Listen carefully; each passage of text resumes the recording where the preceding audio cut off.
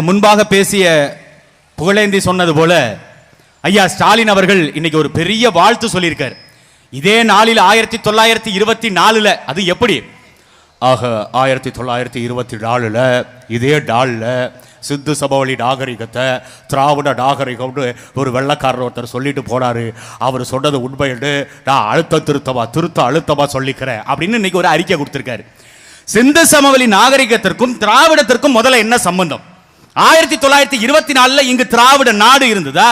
இல்ல இப்ப 2024 இங்க திராவிட நாடு இருக்கா? ஒரு மயிரம் கிடையாது. இது தமிழர் நாடுடா. இது எங்கள் வரலாறு, எங்கள் நாகரிகம். அது சிந்து சமவெளி நாகரிகத்தை இந்தியாவில் இருக்கிற இந்துக்கள் திருடிட்டு ஓடிடுவான். இங்க அதுக்கு முன்பாக மதுரைக்கு பக்கத்துல எங்களுடைய கீழடி அந்த நாகரிகத்தை திராவிட நாகரிகம். ஏண்டா இவ்வளவு திருட்டுத்தனம்? எங்களுக்கு கலை இருக்குது, எங்களுக்கு இலக்கியம் இருக்குது, பண்பாடு இருக்குது, நாகரிகம் இருக்கு, கலாச்சாரம் இருக்கு, எங்களுக்கென்று சொந்தமாக எங்கள் தாய்மொழி தமிழ் இருக்கு. திராவிடனுக்கு என்ன மசருடா இருக்கு? சொல்லுங்கடா, உனக்கு என்ன மொழி? உன் தாய்மொழி எது? திராவிடத்திற்கு கேட்டால் 5 மொழி. 5 அப்பனுக்கு பிறந்தவனை வச்சுக்கிட்டு எதுக்குடா இங்க வர்றீங்க? போங்கடா எங்கிட்டாவது. ஓங்கோலுக்கு போ, ஆந்திராவுக்கு போ, கர்நாடகாவுக்கு போ, இல்ல கேரளாவுக்கு போ. அங்க போய் காட்ட நாங்கெல்லாம் திராவிடர்கள். இங்க முல்லை பெரியாறுல மலையாளிகள் தண்ணி கொடுத்துருங்க, நாம் எல்லாம் திராவிடர்ஸ். தண்ணி கொடுங்களேன், கேளுங்களேன் போய். அங்க போய் வரலாற்றுப்படி மலையாளிகள் எம்மிடமிருந்து 800 ஆண்டுகளுக்கு முன்பாக பிரிந்தவர்கள், என் அண்ணன் தம்பி. ஆனா வாயும் வயிறும் வேறங்கிற மாதிரி தனியா போயிட்டான். தனியா போனதுக்கு அப்புறம் தண்ணி தர மாட்டேங்கிறான். ஆனா இவங்க நாடகம் போடுறாங்க, திராவிடம் திராவிடம். எங்க இருக்கு திராவிடம்? இன்னைக்கு நீங்கள் சொல்றீங்க எப்படி ராஜராஜ சோழன் தமிழ் மன்னரா? யாரு இவங்க? 1000 வருஷத்துக்கு முன்னாடி, 2000 வருஷத்துக்கு முன்னாடி, 3000 வருஷத்துக்கு முன்னாடி கீழடி நாகரிகம் திராவிட நாகரிகமா? ராஜராஜ சோழன் யாரா? தமிழ் மன்னர், ஆனால் ஆரிய அடிமை. எப்படி? ராஜராஜ சோழன் தமிழ் மன்னர், ஆரிய அடிமை. அதுக்கப்புறம் எங்கள் பாட்டி வேலுநாச்சியார், எங்கள் பாட்டி வேலுநாச்சியோட வரலாறை ஐயா ஸ்டாலின் 2 நிமிஷம் பேசுறதுக்கு முடியுமா? துண்டு சீட்டு பார்த்து படிக்கட்டுங்க. வேலுநாச்சியார் எத்தனை ஆண்டு காலம் போரிட்டாங்க, இறந்த கணவர் இறந்த இடத்தை எப்படி மீட்டெடுத்தாங்க, நாங்க பேசுறோம். ஐயா ஸ்டாலினை பேச சொல்லுங்க பாப்போம். வேலுநாச்சியார்னா என்னன்னு தெரியுமா? அவருக்கு யாருன்னு தெரியாது. மருதவர்கள் யாருன்னு தெரியுமா? தெரியாது. நம் தலைமுறைக்கு இதை சொல்லி கொடுத்துருக்காங்களா? இல்ல. நாங்க உங்க இடத்துல ஒரே ஒரு கேள்வி தான் கேட்கிறோம். திராவிடத்திற்கு வரலாறு இருக்கு, திராவிடத்துக்கு இலக்கணம் இருக்கு, திராவிடத்திற்கு மொழி இருக்குது, எல்லாம் சொல்றீங்க. திராவிடத்திற்கு ஒரு மன்னனை காட்டலாம் பாப்போம். நாயக்க மன்னனை தவிர திராவிட மன்னன் இந்த மண்ணில் ஒருத்தன் கிடையாது. எல்லாம் எங்கள் மூதாதைகள். 1000 ஆண்டுகளாக நாங்கள் அடிமையாக இருந்தோம். ராஜராஜ சோழனுக்கு பிறகாக எங்கள் மன்னர்கள் யாரும் இங்கு பெரும்பான்மையாக போற்றப்படல. அவர்கள் நசுக்கப்பட்டாங்க. வெள்ளக்காரன் ஆட்சி காலம், முகலாயர்கள் ஆட்சி காலம், நாயக்க மன்னர் ஆட்சி காலம், பல்லவ மன்னர் ஆட்சி காலம், இப்படி 1000 ஆண்டுகள் அடிமையாக இருந்தோம். அடிமையாக 1000 ஆண்டுகள் இருந்த இந்த இனம் வரலாற்றை மறுபடியும் புரட்டி போட்டு ஈழத்துல 24 நாடை எடுத்து சண்டையிட்டு தமிழ் இனத்தை உயர்த்தி பிடித்தான். வரலாற்றை தாமாக எழுதினார். அதே வரலாற்றை 26 தேர்தலில் தமிழ்நாட்டில் நாம் தமிழர் கட்சியும் செய்வானும் எழுதி காட்டுவோம். அன்னைக்கு வா திமுக காரன், அன்னைக்கு வா. எல்லாத்தையும் திருடுறான், என்னுடைய மொழியை திருடுறான், கலையை திருடுறான், எதை எல்லாத்திலையும் திராவிடம். எல்லாத்தையும் ஒண்ணு இவன் திருடிட்டு போயிடுவான், இல்ல அவன் திருடிட்டு போயிடுவான். சரி, என்னுடைய மொழியை திருடின, கலையை திருடின, எங்களுடைய இலக்கியத்தை திருடின, எங்களுடைய உழைப்பை சுரண்டின, எல்லாத்தையும் திருடின. கடைசியில ஃபார்ச்சுனர் கார் வச்சு ஆட்ட திருடிட்டு தெரியுங்களா? அறிவு கட்ட முண்டங்களே, உங்களுக்கு என்னதான்டா பிரச்சனை?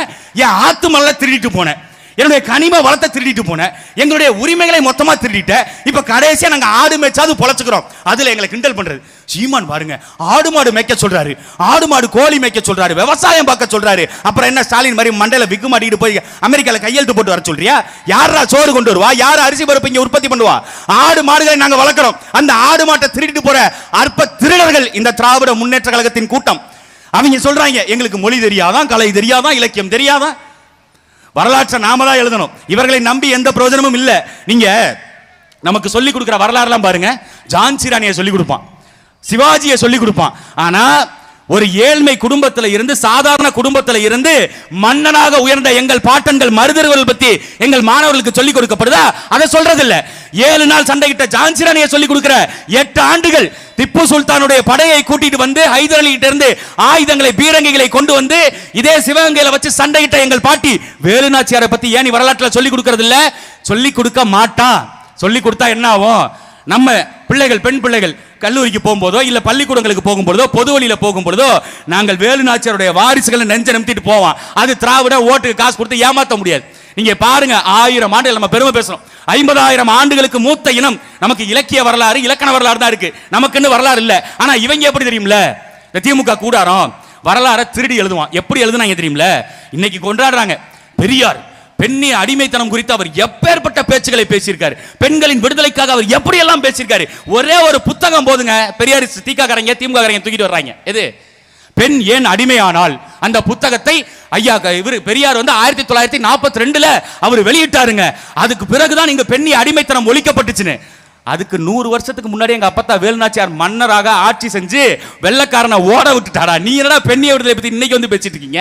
அந்த புத்தகமும் ஐயா பெரியார் அவர்கள் தன்னுடைய சுய சிந்தனையை ஒரு அறிவோடு தன்னை பெண்கள் அடிமைப்படுத்தப்படுறாங்க அப்படிங்கறத நினைச்சு எழுதியிருப்பாருன்னு நினைக்கிறீங்களா? அதெல்லாம் இல்ல. உமன் அண்ட் ஸ்லேவரி இன் அமெரிக்கான்னு 1826 வெளிவந்த ஆங்கில புத்தகத்தை பார்த்து அப்படியே காப்பி அடிச்சு எழுதுனதுதான் அந்த புத்தகம். பெரியார் எழுதிய இந்த புத்தகம். இப்படி திருட்டுத்தனம் பண்ணி, இப்படி மொல்லமாரித்தனம் பண்ணி, முடிச்ச வைக்கத்தனம் பண்ணி நீங்கள் தமிழ்நாட்டுக்கு தலைவராக ஏமாறணும், ஏச்சு பொழைக்கணும். இங்க இல்லத்தரசிகளுக்கு 1000 ரூபாய், மாணவர்களுக்கு 1000 ரூபாய், கல்லூரியில் படிக்கக்கூடிய மாணவர்களுக்கு 1000 ரூபாய், எல்லாருக்கும் 1000 ரூபாய், எல்லாருக்கும் 1000 ரூபாய் கொடுத்து வாக்குகளை பெற்றணும். ஆட்சி அதிகாரத்தில் உட்கார்ந்துக்கணும். கடைசி வரை ஐயா ஸ்டாலின், ஸ்டாலினுக்கு அப்புறம் உதயநிதி, உதயநிதிக்கு அப்புறம் இன்பநிதி, இன்பநிதிக்கு அப்புறம் அவருடைய மகன் துன்பநிதி, அப்புறம் துயரநிதி, இப்படி நிதிக்கெல்லாம் வந்துகிட்டு இருக்கோம். நம்ம தெருக்கோடியில் நின்று ஐயோ இப்படி ஆகி போச்சே, என்ன பண்றது, திராவிடம் தான் நம்மளை படிக்க வச்சுச்சு, திராவிடம் தான் வாழ வச்சுச்சு. ஒரு டிபேட்ல அக்கா காளிய மக்கள் கேட்டது செம்ம கேள்வி. அந்த கேள்விக்கு இதுவரை எவனாலையும் பதில் சொல்ல முடியல. மீன் பிடிக்க கத்து கொடுக்குற நீ 70 வருஷமா கத்து கொடுக்குற, அதை தாண்டா கேட்கறேன். 70 வருஷமாவா நீ 1000 ரூபாய் கொடுக்குற? 70 வருஷமாக எங்களுக்கு கல்வியை கொண்டு கொடுக்குற? 70 வருஷமாக இங்க பெண்களுடைய வாழ்க்கை தரத்தை மேம்படுத்துற? எல்லா இல்லத்தரசிகளுக்கும் 1000 ரூபாய் சொன்னில்ல, ஏன் கொடுக்கல? கொடுக்க காசு இல்ல. வாயை திறந்தா பொய். ஐயா ஸ்டாலின் அதுல சொல்றாங்க, சீமானவர்கள் பொய் சொல்றாருங்க, வரலாற்றை திருச்சி சொல்றாருங்க. வரலாற்றை திருச்சி சொல்ற அளவுக்கு நாங்க ஒண்ணு அப்படிப்பட்டவர்கள் கிடையாது. நாங்கள் கருணாநிதியை பார்த்து, எம்ஜிஆரை பார்த்து, ஜெயலலிதாவை பார்த்து, அண்ணாவை பார்த்து அரசியல் செய்ய வந்தவங்க இல்ல. உண்மையை வரலாறாக கொண்ட எங்கள் தலைவன் பிரபாகரனை பார்த்து நாங்க அரசியலுக்கு வந்தவங்க. நாங்கள் சத்தியத்தை பேசுறோம், அதை சத்தமா பேசுறோம். உனக்கு எரியுதா, நவ தோரங்களையும் மிளகா பொடியை போட்டுட்டு போய் வீட்டுல பாடு, அதுக்கு நாங்க ஒண்ணும் பண்ண முடியாது. இல்ல ஐயா ஸ்டாலின் சொல்லுவார்ல, ஆக எரியுதடி பாலா ஃபேனை போடு அப்படின்னாருல, அப்படி ஃபேனை போட்டு எங்கிட்டாவது படுத்துக்கிறங்க. எங்களுக்கு அந்த பிரச்சனை இல்ல. நம் தலைமுறைக்கு, அடுத்த தலைமுறை பிள்ளைகளுக்கு நம்முடைய வரலாற்றை சொல்லி கொடுத்தாகணும். நம்மளுடைய வரலாறு நம்மளை வழி நடத்தும். நாம பல வரலாறு பார்த்துட்டோம். 50,000 ஆண்டுகளாக இருந்த இனத்தை, மொழியை, இலக்கியத்தை, கலையை, பண்பாட்டை, நாகரிகத்தை சிதைக்கிறதுக்கு இன்னைக்கு ஆரிய கூட்டமும் திராவிட கூட்டமும் ஒன்னு சேர்ந்து வருது. நாளைக்கு பாஜகவும் திமுகவும் கூட்டணி வைக்கும், அதிமுகவும் காங்கிரசும் கூட்டணிக்கு போவோம். எவன் எக்கேடு கெட்டு போனா என்ன? தமிழர்களுக்கு வரலாறு முக்கியம், வரலாற்றை நாம் படைப்போம். 26 புதிய அரசியல் வரலாற்றை படைத்து கோட்டையிலே புலிக்கொடியை ஏற்றுவோம். நன்றி, வணக்கம். நாம் தமிழர், நாமே தமிழர். அடுத்ததாக மகளிர் பாசறை ஒருங்கிணைப்பாளர், சிவகங்கை நாடாளுமன்ற தொகுதியில் வேட்பாளராக போட்டியிட்ட எழிலரசி அவர்கள்.